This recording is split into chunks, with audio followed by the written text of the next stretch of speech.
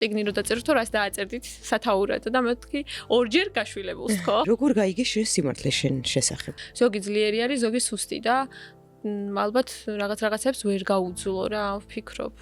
და იმას არ ნიშნავს ეგ, რომ ან შვილები არ უყვარდა, ან რაღაც დედა მალევე გარდაიცვალა, ხო? ხო. რამდენი ხანი? გაიყინა. გაიყინა? კი. რძალი სახლიდან გააგდო, დედა გაიყინა, ბებიამ გაკყიდა, შენ სხვაგან გაკყიდა, შენი ძმას ანუ ამ რეალობასთან შეჯახება.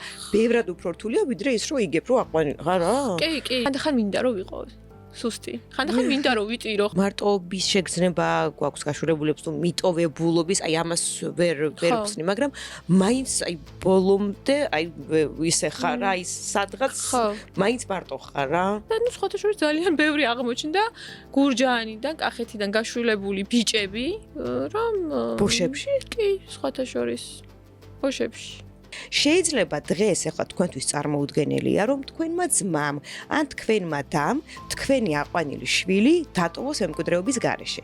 მაგრამ მერწმუნეთ, ძალიან ბევრია ესეთი შემთხვევა და ძალიან ბევრი აყვანილი შვილი დგება ამ ფაქტის წინაშე.